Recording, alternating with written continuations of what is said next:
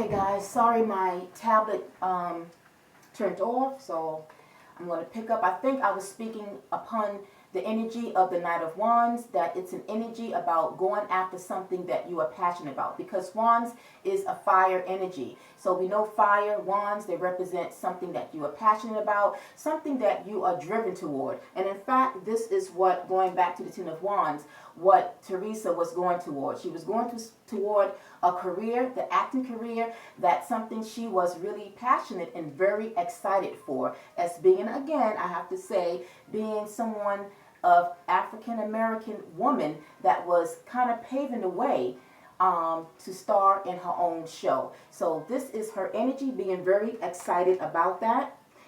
I'm going to try to go through this so that my tablet don't turn off again where we be interrupted. Now, to clarify the Knight of Wands, we have here Judgment. We have the Queen of Wands. We have the King of Cups. And we have the Wheel of Fortune. So what does the energies mean here? Well, when I saw both the King of Cups and the Queen of Wands, to me this is Sissy Houston and John Houston.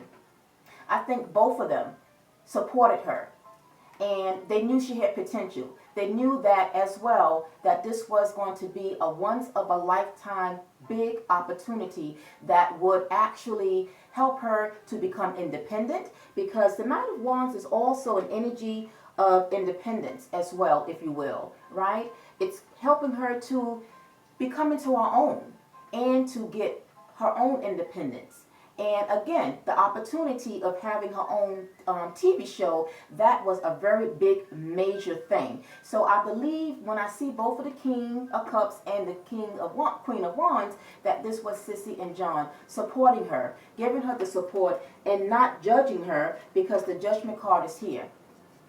So I felt that they was not judgmental about her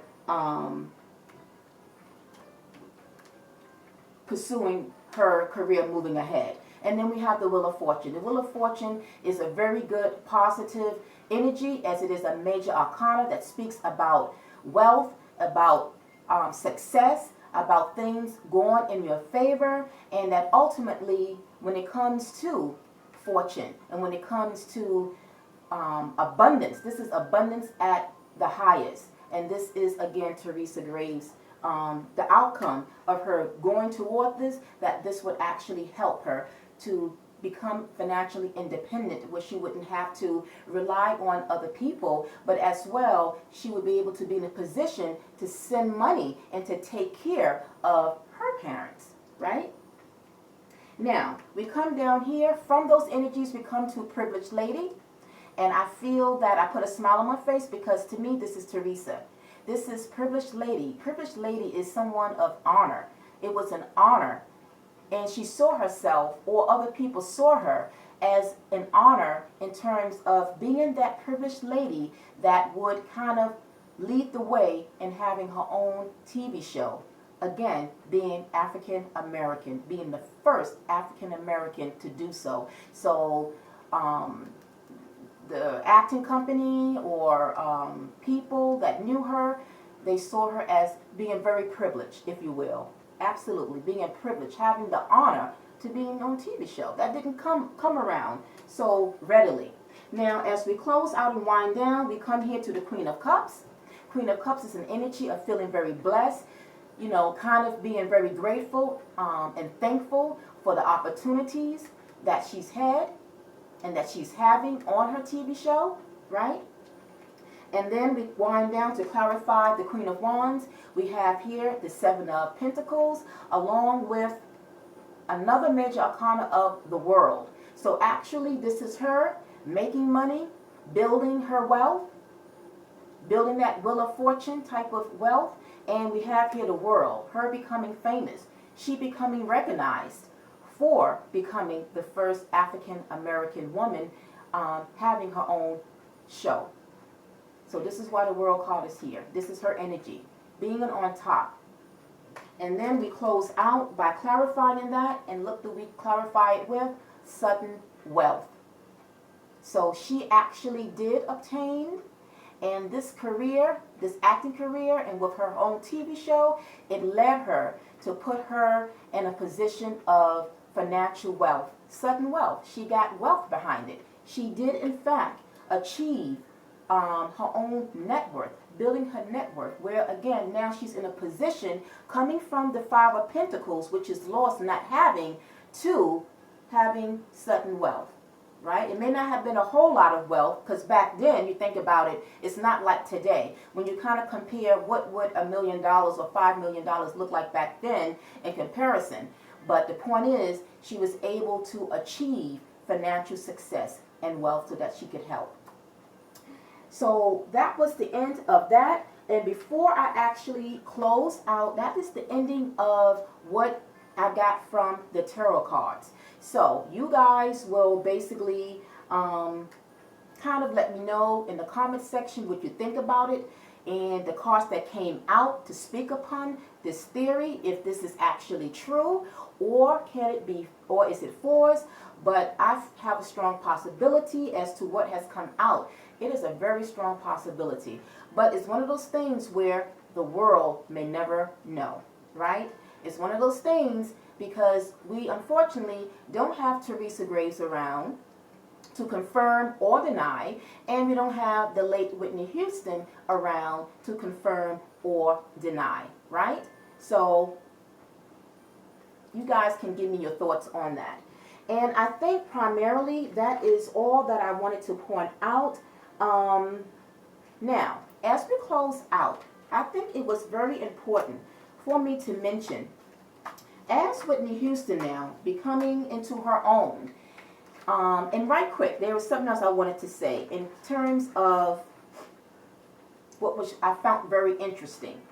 Now, we knew that Teresa Graves was a singer, gospel singer, or was a part of a gospel group during that time, and then how she managed to go from that into an acting career. Well, the same is with Whitney Houston. We know she was one of the best, and will, to me, be one of the best singers on this planet, but as well, she herself spiraled into acting, right? So, I have here that just like Teresa Graves, quote unquote, allegedly, her mom, that she started her singing career in church as a child. And becoming Whitney, talking about Whitney now, Whitney was the first African woman to appear on the cover of 17 magazine. Upon then signing to her first record label at the age of 19. But then also dipped into the acting industry with a few films, but ultimately we know the film that Whitney was best known for, and that was her role as the bodyguard, or her playing the role of Marion. I think that was the name in that movie, The Bodyguard. So again, there are very major similarities between them both. And if anything, was Whitney influenced by Teresa Graves? No doubt. Because what's the coincidences? I mean, again, going back to those pictures, and you guys, you know, you can by all means as well Google pictures of Teresa Graves and Whitney and see if you can do side by side on this platform. YouTube have some outlets that will show them, and it is scary. But besides just the physical aspects of them being alike and looking alike, we got to think about also the similar interests that they had and what they were. They both were part of a gospel group. They both were gospel singers. They then, you know, went on to acting. That is very, very interesting, I would say the least, right? Now, so as I wind down and close out, I will say that now, fast forwarding to now Whitney being older, being now in her 20s, when it came out to her getting into making her hits, we do know that she had quite a few #1 singles that came out. But like anything, even today, modern day, when it comes to music, a lot of times you will hear singers say, if you want to know about my life, do what? Listen to the lyrics of my music, because there is where you will get, if you will, subliminal hidden messages. So if they are private and not going to openly like be in on an interview to kind of let you know what's going on in their life, you want to find out, listen to the lyrics of their songs. And I say that because I kind of wanted to see and go through some of Whitney Houston's songs, but more importantly, the lyrics behind some of the songs that she made.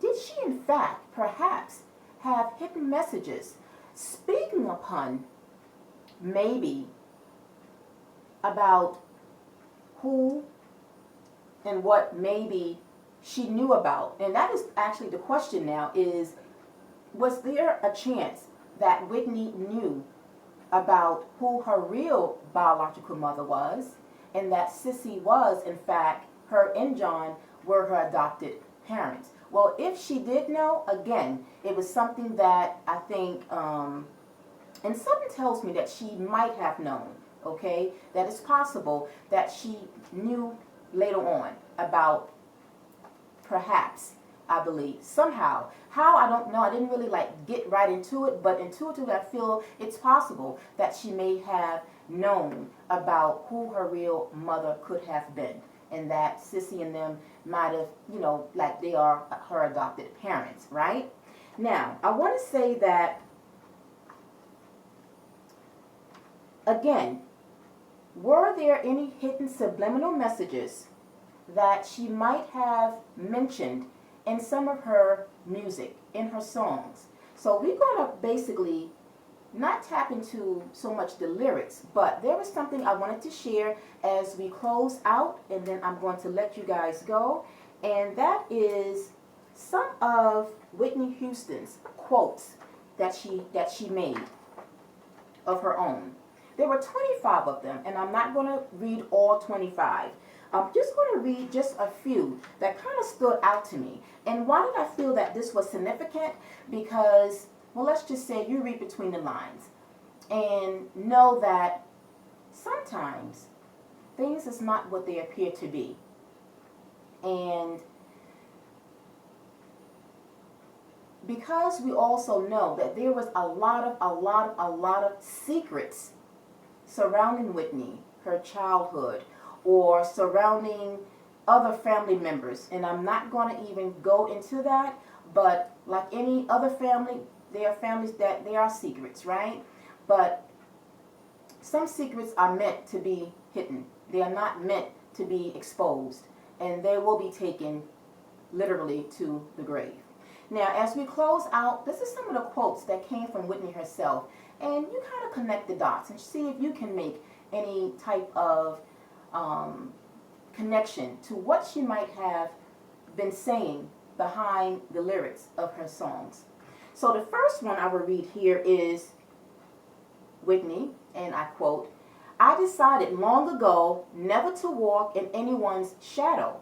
If I fail or if I succeed, at least I did as I believe." And we know that's one of her favorite quotes from one of her hit songs, and I can't think of it right now. It's just the quotes that I'm kind of speaking about.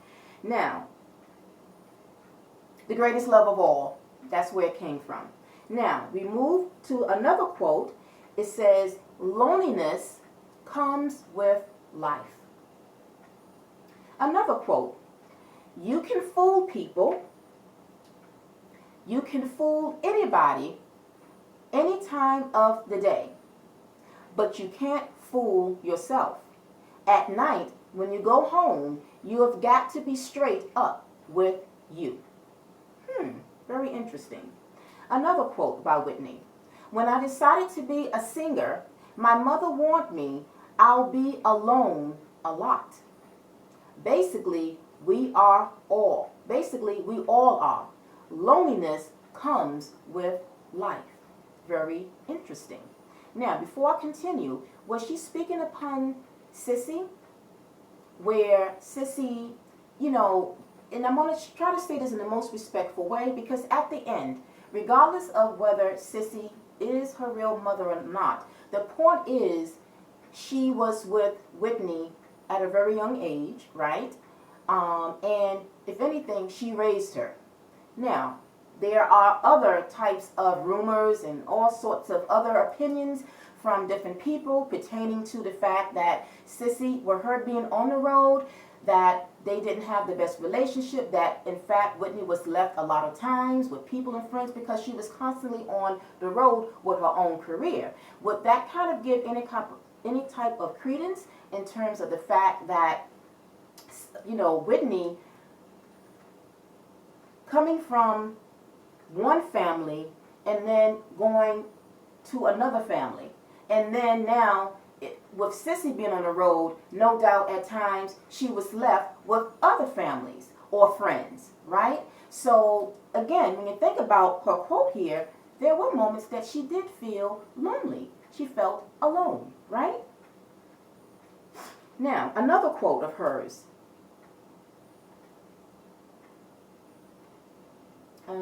Let's see. Okay.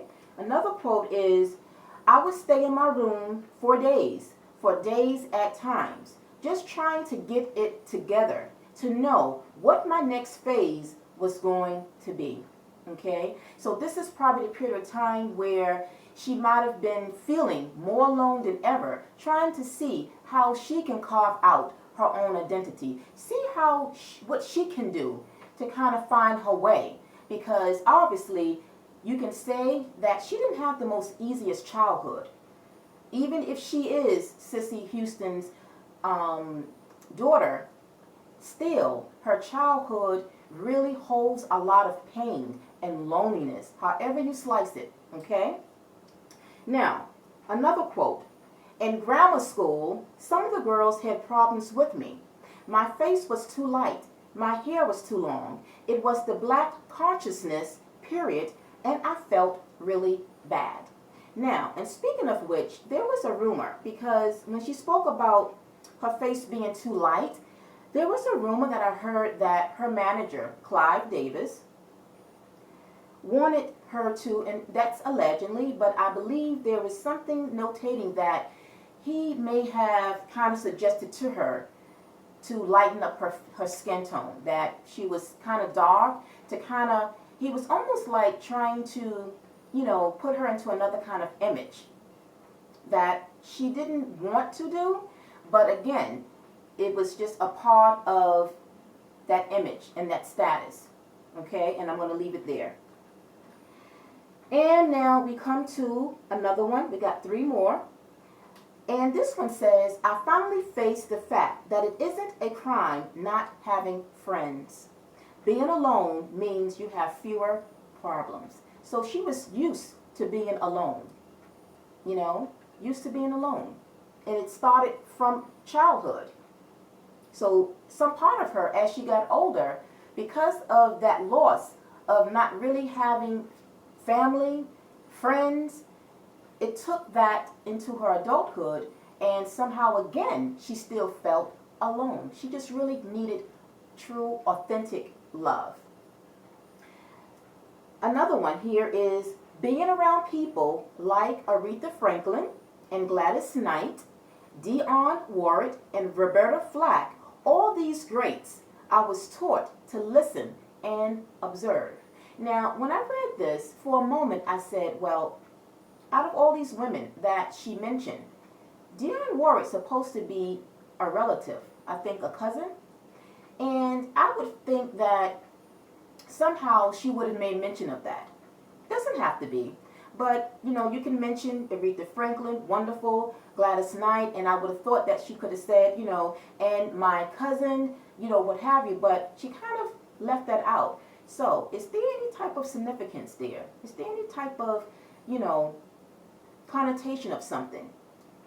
If she was in fact related to Dionne, or was Dionne just another famous person that she looked up to? All right, and one final last quote is this. I've got some good saints out there. That's right. That pray for me constantly. You gotta have that too. You do. I'm gonna repeat it. I've got some good saints out there. That's right. That pray for me constantly. You gotta have that. You do. Now, she spoke about saints, having saints looking over her and praying for her.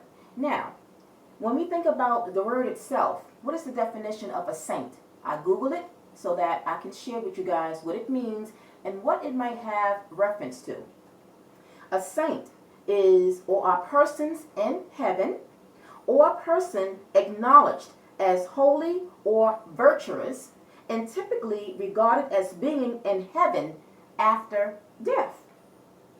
Now, unfortunately, Teresa Graves passed away and died in 2002. And from what I read, it was due to a fire that happened in her home due to a space heater. And so, did Whitney refer to her? Was she referring to her quote-unquote, her biological mother? Because Whitney was still around, right? These quotes was made, obviously, before Whitney passed away. Now, you might say also, well, we know that her father, which he did, he passed a year after Teresa. He passed away in 2003, Whitney's father, John Houston. But I'm feeling more drawn to the fact that she might have been mentioning Teresa Graves, being that saint that had been praying for her.